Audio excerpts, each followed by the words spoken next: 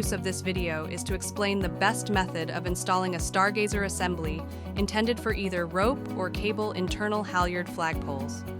Upon receiving the product and removing from its packaging, the Stargazer will have a label with a QR code attached to the spindle assembly. You can scan the QR code to review this video or forward to an installer in the field. Before removing the label, be sure to account for and set aside the stop pin provided for the Stargazer. This will be used as the final step of the installation atop the flagpole. Remove the label from the spindle and discard.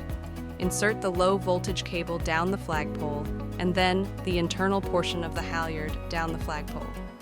Be sure the low voltage cable and halyard are not tangled when accessed at the handhole of the flagpole, as well as the low voltage cable as it is pulled to the remote power supply out the base of the flagpole.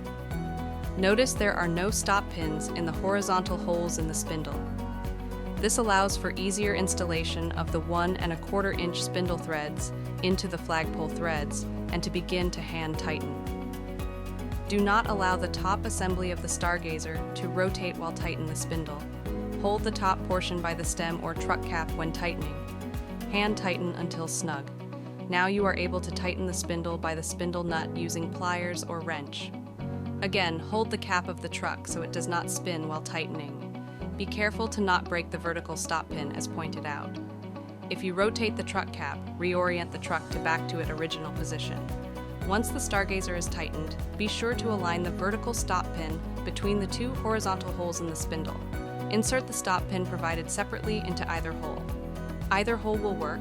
Only install one pin so the assembly will be able to revolve 359 degrees.